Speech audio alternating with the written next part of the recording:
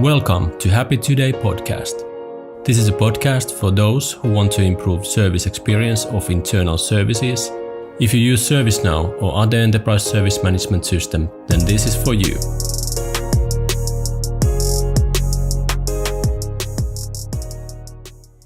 Okay, hi Riikka. We are here today in our Hub event. So this is actually a live episode of the podcast. So maybe a short introduction. Who are you and where do you come from?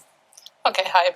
My name is Riikka Salonen and I work as Head of Service Excellence in Posti. And Posti is a Finnish Postal Company, so I think everybody knows by the name. And we have postal services, we have parcel and e-commerce services and logistics services. And we have, our history is like 380 years, so long history. Yeah. And at the moment we have like 20,000 employees.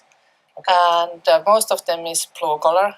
So there is people delivering Posti and parcels, but in our services there is these white collar people who is our customers, Okay. and there is about 6,000 employees as I think about our customer. What about you? So what is your role at Posti? So I'm responsible of our services and developing them and digitalizing them. So I work at the Posti Service Center, and at the Service Center we have finance and sourcing services, we have HR, payroll, and also sales support services. And Okay, so it's not just IT, but you're doing enterprise service management. Yeah, we do the enterprise service management. We also have the ICT department and ICT service desk, and we cooperate with them. Okay. And we all use the same ServiceNow system and also this HappySignals for our feedback. Excellent. So what does employee experience mean to you at Posti? How do you talk about it, or what does it mean to you in your own words? Yeah, because I'm working at the service center, there is these support services, and for the support services, everything is about efficiency. Yeah. So we are in the saving business. So the savings and the efficiency is the most important thing and the most important KPI for our finance management and finance Right. directors. But also we want to have it. We want to provide good quality, and we want to have those that our services. If we just think about our support services, Yep. it's about that we are saving everything, and the end-to-end result is not maybe that good if our employees are struggling with the invoices or the computers and stuff. So we need to think about also the customer feedback or the employee experience. Yeah. So we have to think about it as end-to-end. So we cannot save in our side if it's costing more work to the employees. So we need to have this measurement. So it's all together is costing the savings. If we do something right and we can have something we done something more easy way or efficient way, it should also affect to the employees that it's also easy for them. Yeah. So it's like getting those savings from both sides. Yeah. I know you measure both the happiness and the productivity. You actually use the productivity data that you gather from the employees nowadays, or is it something that you still learn or? Yeah, some of this learning still, Yeah. but we use it every day. So in our teams, we have these service expert roles, Okay. and those experts are there to support the team leads and the managers. So they are responsible every day of the SLAs, of course, but they are also are responsible of those feedbacks that they are following up, and they were just continuous reading and supporting the team members if there is some kind of Okay. So you have dedicated people to kind of responsible of looking at the feedbacks, looking at the data, and Yes. then they will talk with the agents or how does it go? They talk with the agents and the managers. And then we also have the process owners. We have that kind of roles in finance and HR already. All right. And the process owners are responsible for the entire process. And those process owners also read those feedbacks. Yeah. So, because sometimes the feedbacks are not about the exact service or the exact event, it's about the process. So the process owners are reading those feedbacks. Those open feedbacks are the ones that those process owners are interested, because they can pick up things, what to improve. All right. From there. Okay. What would kind of be the struggles if you wouldn't have the data? I mean, how would the work of those people look like if they wouldn't have any experience data? Well, that's an interesting question. Of course, we have the SLAs and KPIs, that kind of measurements from the ServiceNow system. Yeah.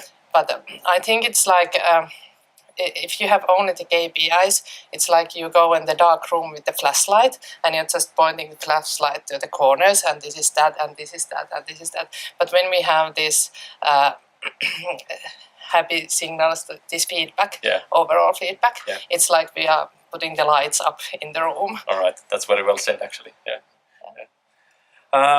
What is your plans like? What do you plan to do next with anything like related to service management operations or with the experience data? Any automations or any these trendy new things coming up like chatbots or any that kind of things? Yeah.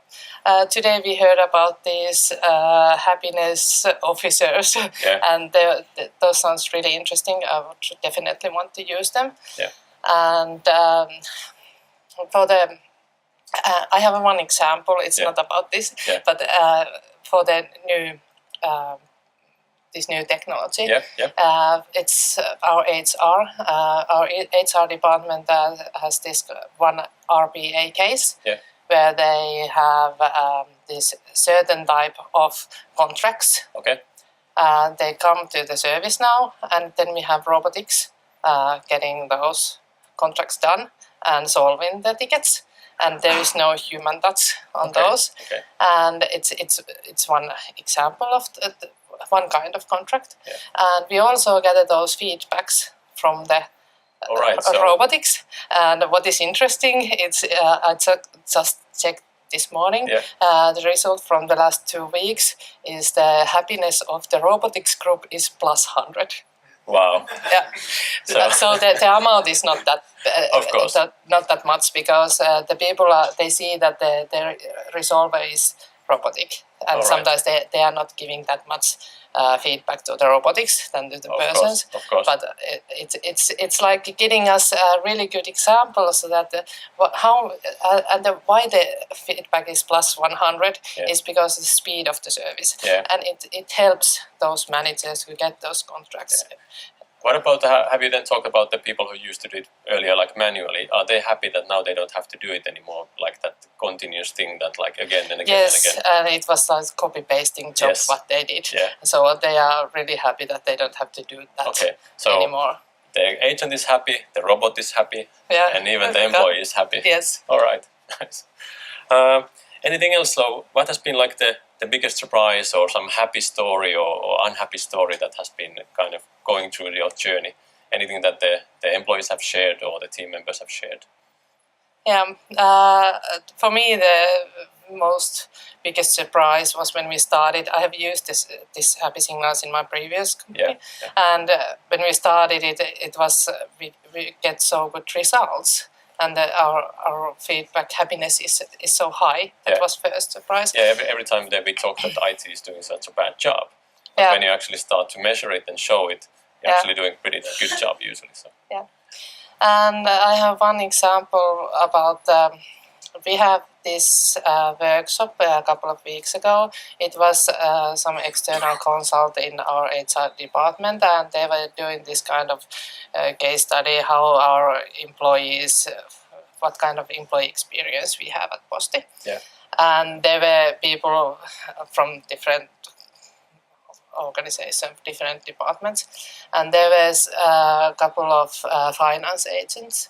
Yeah. And they said that this HappySignals, this instant feedback that they receive also has increased their happiness really? Also and the motivation towards the work. That's really nice, because many times we sometimes struggle. People are talking in the service desk, are they now following us? Are they rating us? But what we have always felt is that when you actually get all the positive feedback, it's really motivating.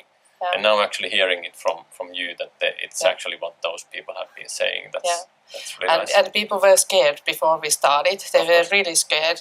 They didn't know if they want it or do they they don't want it. Because they were afraid of negative feedback. What did you tell them? What did you tell them when you started to do it? Like, why are you doing it? Like, how did you try to tackle the fears that they had?